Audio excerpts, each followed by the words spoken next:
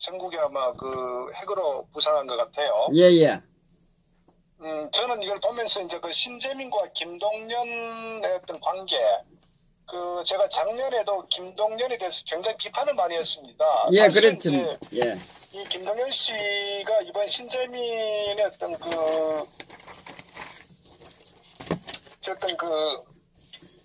양심 선언이라고 해야 될까요? 이 부분에 대해서 우리가 김동연의 실체를 다시 한번 우리가 아마 목격을 했을 겁니다.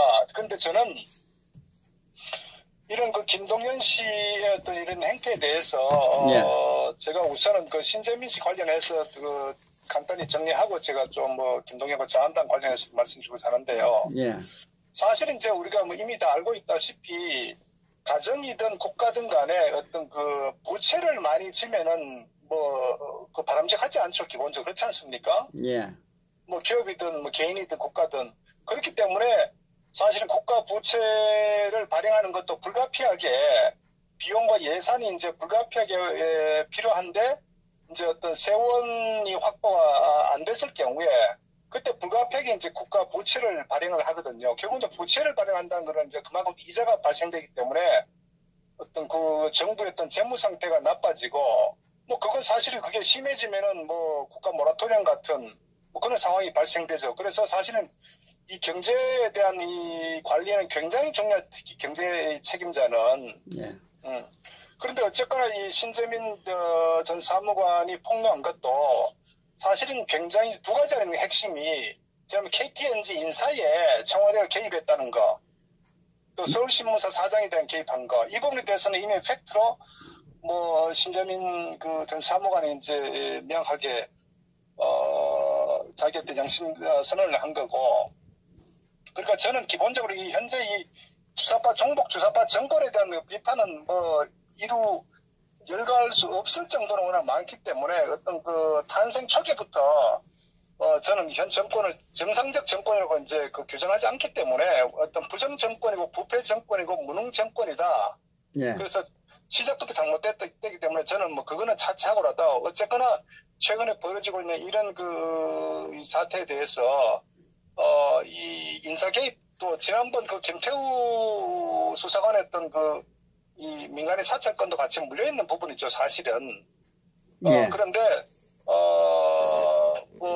어저께 또 하나 정부 국채 발행에 대해서 결국은 이제 하지 말아야 된다고 하는 부분에 대해서 김동연 씨가 구체적인 수치 제안을 하면서 이 정부 GDP 성장률과 연계해가지고 국채 발행을 하라는 어떤 지시를 한 거 아닙니까? 거기에서 이제 기재부 국장과 과장과 이 실무자는 안 된다고 이제 했는데 무리하게 어떤 정무적 판단하라는, 사실은 도저히 이 경제 관료로서는 있을 수 없는 그런 하나의 부당한 지시를 한 거죠. 그게 사실은 이제 반발해서 이 신재민 이 사무관이 결국은 사표를 내고 양심 선언을 한 거 아닙니까? 예.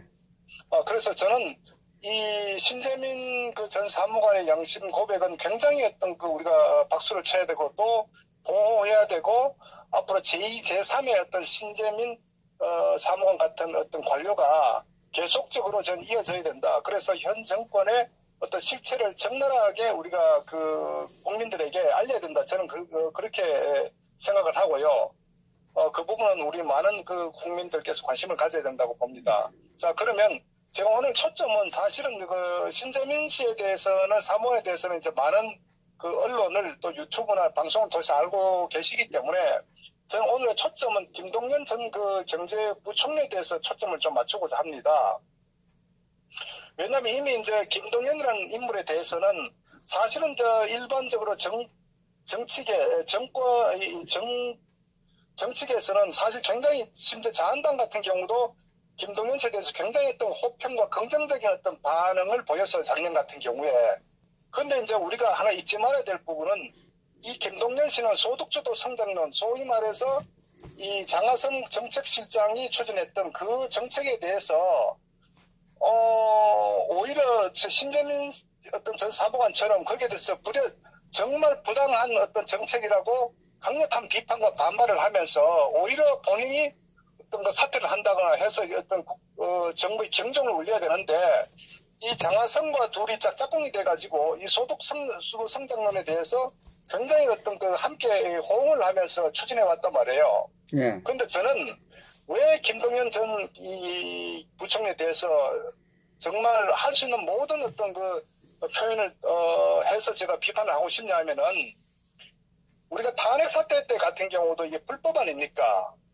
그리고 우리가 어떤 그 언론에 대해서 가장 많은 언론인이 그런 그 잘못된 그 언론의 어떤 왜곡 선동 조작에 대해서 비판 강력히 해야 됨에도 불구하고 제대로 된 언론인이 없었다. 그것이 저는 굉장히 심각한 문제였다고 제가 지적을 하고요. 마찬가지로 이런 불법적 사기 탄핵이 자행되고 있음에도 불구하고 탄핵의 과정들 또 어떤 그 헌법 이 국회 소추 과정들 이 모든 것들이 법적으로 굉장히 심각함에도 불구하고 제대로 된 어떤 법조인이 거의 없었다. 그래서 저는 그 관련해 가서 황교안 씨를 지금도 굉장히 비판하고 그 사람은 절대적으로 이 보수 우파의 지도자가 되어서는 안 된다는 부분이 그러니까 누구보다도 법을 잘 아는 사람 이 법에 대해서 침묵을 지키고 있었다. 저는 그거 용납할 수 없다. 철저하게 기회주의적 행태로 보였다기 때문에 제가 황교안 씨를 굉장히 비판하는 이유입니다. 지난번에 제가 그 정규재 씨 비판하는 것도 마찬가지라고요. 물론 뭐 잘하는 부분도 있겠지만 그래서 잘못한 것에 대해서 강력한 비판을 가해야 그 다음부터 최소한 그 사람이 이 방송을 듣고 있다면은 자기 자신의 행위에 대해서 자기의 발언에 대해서 한번 생각해보는 그런 시간을 가질 저는 뭐 어떤 나름대로 의미가 있다 이렇게 보고요. 자, 그럼 돌아와서 이 경제 문제에 대해서 말씀드렸다시피 사실은 최근에 어떤 이 모든 국가는요 경제 문제가 가장 핫 이슈입니다. 가장 국민들에게 중요한 거예요. 이것은 이념 좌와 우를 떠나가지고 먹고 사는 문제는 정말 국가를 막론하고 시대를 막론하고 가장 중요한 과제라고요.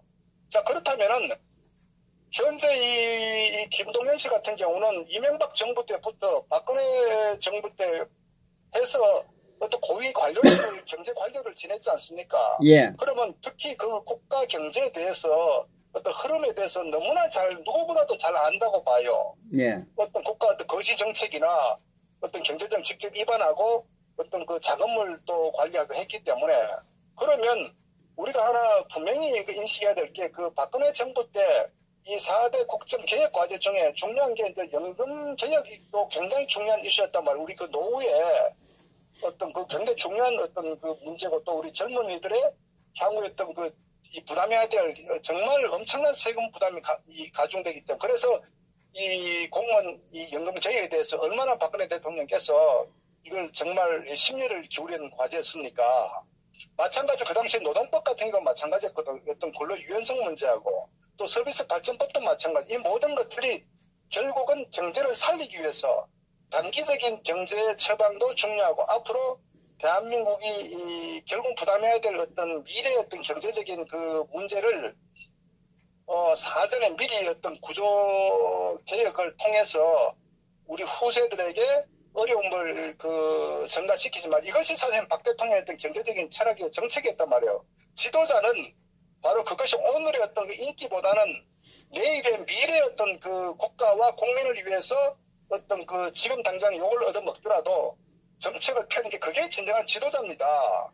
그런 맥락에 봤을 때 그 전임 정권들의 지도자하고는 차원이 다른 그래서 저는 박근혜 대통령에 대해서 지도자 높이 평가하는 이유가 저 개인적으로 거기에 있는 겁니다.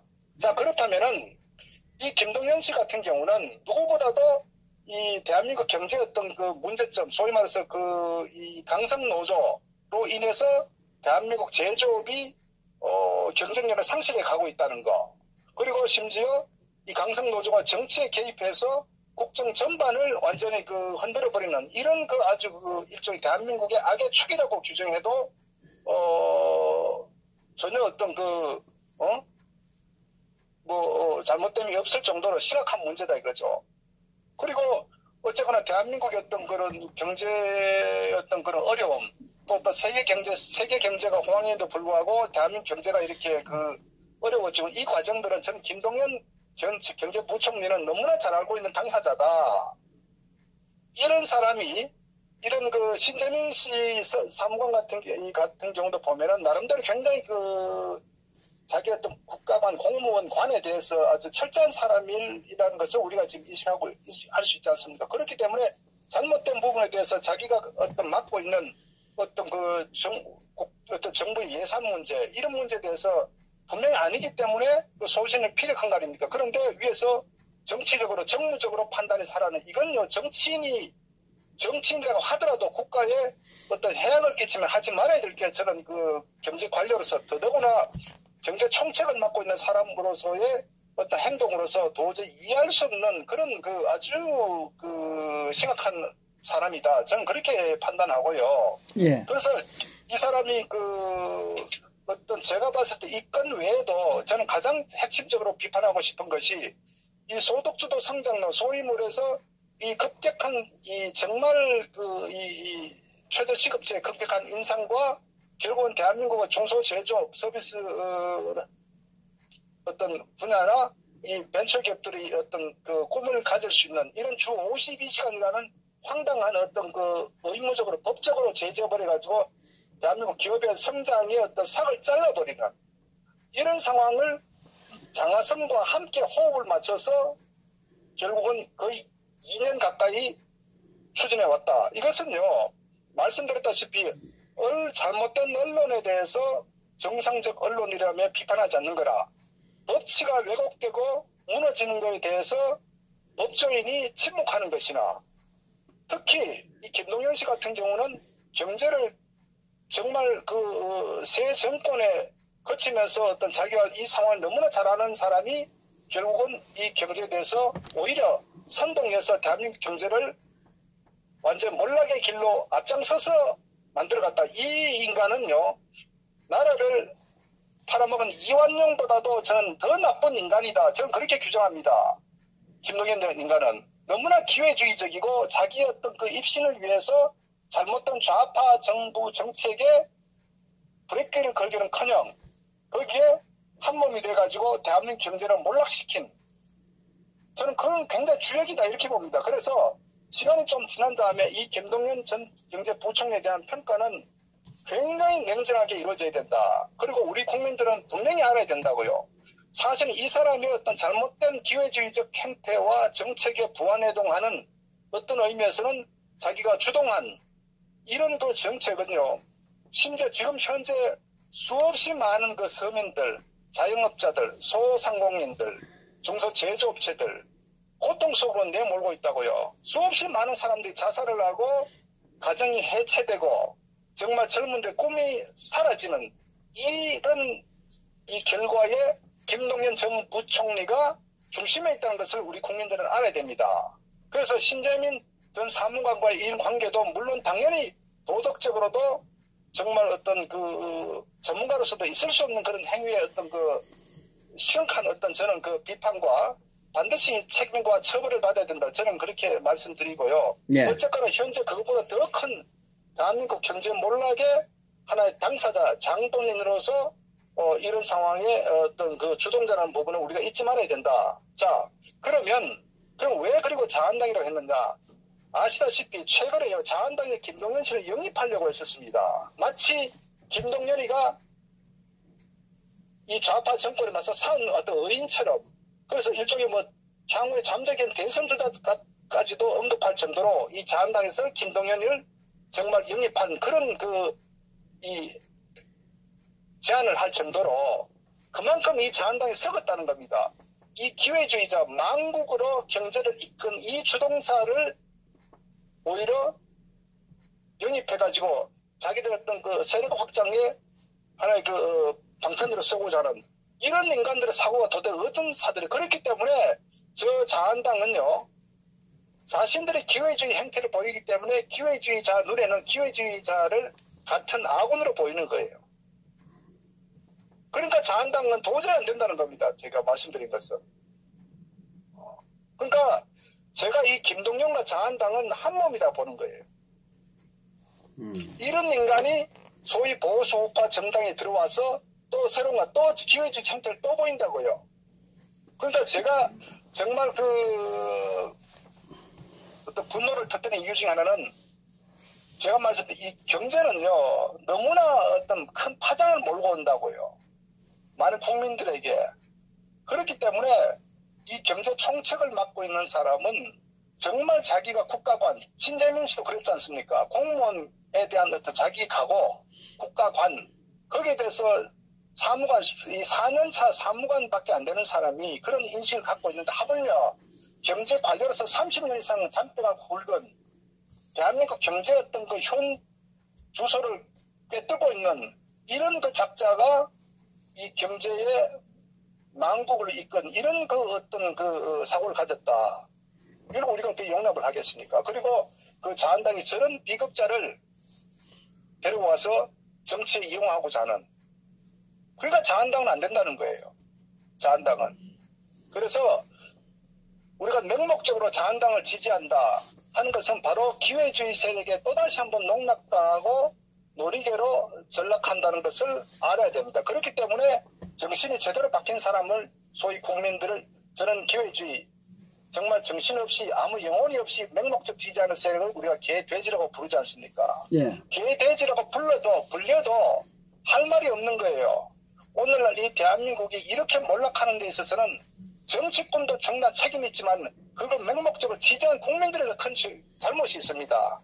그래서 우리가 차제에 이 탄핵이라는 어떤 정당성과 불법에 대해서 불의에 대해서 우리가 항거하고 바로 우리가 어떤 투쟁하는 것도 나라를 바로 잡자는 거라고요. 그래서 다소 늦게 가더라도 반드시 우리가 어떤 대한민국이 잘못되는 것에 대해서는 바로 잡아야 된다. 불의에 대해서는 반드시 바로 잡아야 된다. 절대적 타협하면 되지 않는다. 이 타협을 하게 되면 당장은 우리가 얻는 것 같지만은 또다시 이런 잘못된 상황이 되풀이되고 젊은 친구들은 결국은 과정과 보다는 어떤 목적 결과를 중시해갖고 민주주의가 후퇴되는 법이 결국은 사라지는 이런 우리가 또 후대들에게 가르치기 때문에 저는 어떤 경우든 간에 잘못된 거에 대해서는 특히 신재민 씨 같은 의인에 대해서는 강력한 어떤 우리가 지지와 보호 그리고 제2, 제3의 신재민 씨가 나오도록 우리가 많은 격려와 어떤 함께하는 그런 박수를 보내야 됩니다. 예. 그리고 이 김동연 씨 같은 이런 망국을 이끈 이 작자들에 대해서는 정말 강력한 비판과 얼굴 들고 정말 사회 길거리에 다닐 수 없을 정도의 어떤 우리를 비판을 해야 됩니다. 그래야 다음에 제2, 제3의 김동연, 제2, 제3의 유승민, 김무성 같은 이런 작자들이 우리가 어떤 설탕을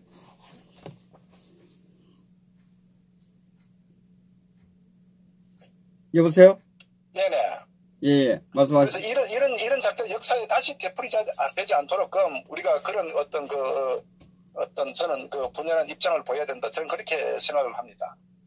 예. 수고하셨습니다. 네, 감사합니다.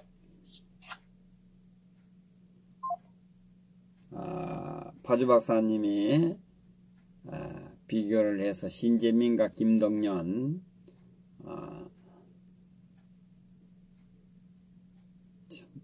똑같은 사람인데 이렇게 확연하게 다른 행동을 하는 이런 부분. 김동연을 지금 김동수 박사님 김동연이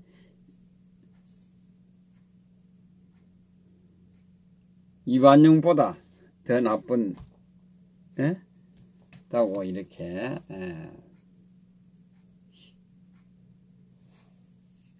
말씀을 했는데 자한당에서 영입을 하려고 했다. 역시 자한당은 어떤 한참 한간에 이야기했죠. 잡탕이라고 이야기했는데 잡탕답습니다.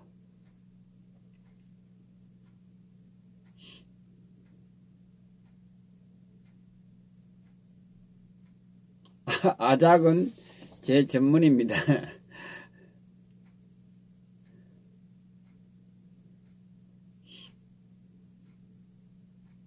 자, 오늘 방송을 늦게 시작해서